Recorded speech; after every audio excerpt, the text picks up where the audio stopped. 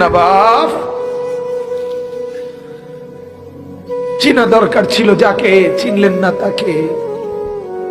হায় যুবক, বন্ধুকে চিনলা না,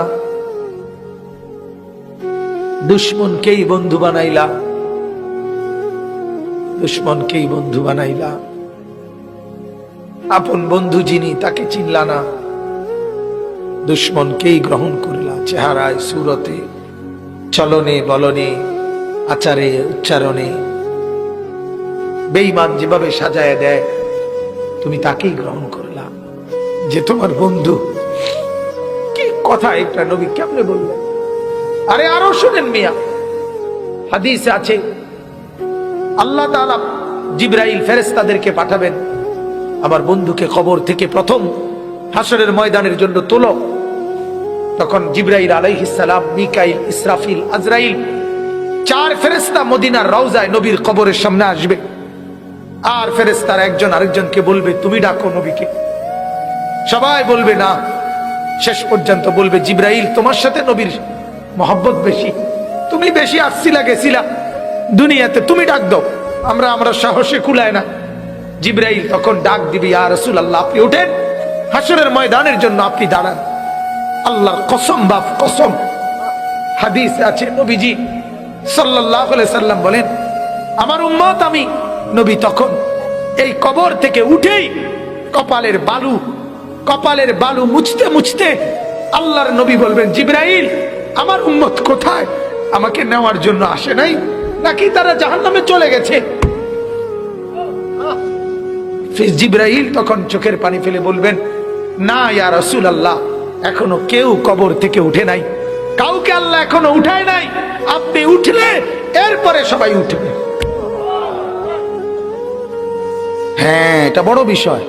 আমার জীবনের সৌভাগ্য, আমি নেককারদের সাথে চলছি। তোমার জীবনের বদনসিব, তুমি নাফরমান বন্ধুদের সাথে চলছো। যে বন্ধু তোমার উলঙ্গ ছবি দেখায় সে বন্ধু না। যে বন্ধু তোমার নর্তকীর খবর বলে সে বন্ধু। যে বন্ধু তোমার আরেক অসভ্য মেয়ের প্রেমের লাইন করে দেয়, ওটা বন্ধু না, ওটা জানোয়ার, ওটা ইবলিস, ওটা শয়তান, ওটা শয়তান, ওটা ইবলিস ছাড়া আর কিছু না, ওটা ইবলিস ছাড়া আর কিছু না। এজন্য তখন নাফরমান জাহান্নামের তীব্র আযাবে বলবে, আল্লাহ গালাবাত আলাইনা শিকওয়াতুনা, আমার কপাল মন্দ মাওলা, কুন্না কওমান যালিন, আমি এক পথভ্রষ্ট জাতির সাথে ছিলাম যারা আমারে কোনোদিন আখিরাত মনে করায় নাই, পরকাল মনে করায় নাই, কবর মনে করায় নাই, এমন দুষ্টদের সাথে ছিলাম।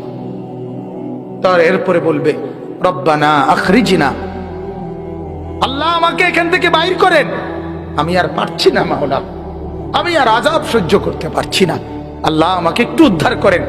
ফাইন উদনা, যদি আল্লাহ আবার আমি নাফরমানি করি, ফাইন্না যালিমুন, তাহলে আমি বড় পাপী। আল্লাহ বলবেন, ক্বাল আখসাউ ফিহা, এইখানে কোরআনে আছে, আল্লাহ বলবেন, নাফরমান তুই এই জাহান্নামের মধ্যেই পড়ে থাক, ওয়ালা তুকাল্লিমুন, একটা শব্দ করবি না। কোরআনের আয়াত বাজান, ওয়ালা তুকাল্লিমুন, একটা শব্দ করবি না, নাফরমানার আযাব ভোগ করতে থাক, আর কোনো কথা বলবে না।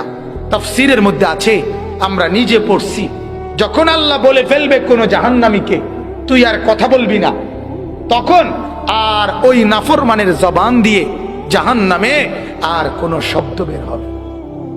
তাফসীরের মধ্যে লিখছে, তখন ওই জাহান্নামী কুকুরের মতো অথবা নিকৃষ্ট গাধার মতো আওয়াজ করবে, এই ছেলে সোজা হয়ে বল বেটা।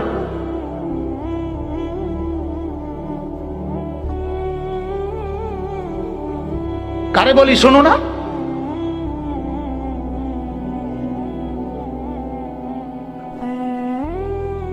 কাফেল, সোজা কথা, নগদ তরবিয়ত। আরেকবার না আসলাম কোনো অসুবিধা নাই, কিন্তু নগদ তরবিয়ত জরুরি, নগদ নগদ। নিজের সন্তানের সামনে ফজরের ওয়াক্তে দাঁড়াইয়া এক সাহসী বাবার বর্তমানে উচিত, তুই এখন উঠ বেটা, তুই নামাজ পড়বি, নয়তো আমার ঘরে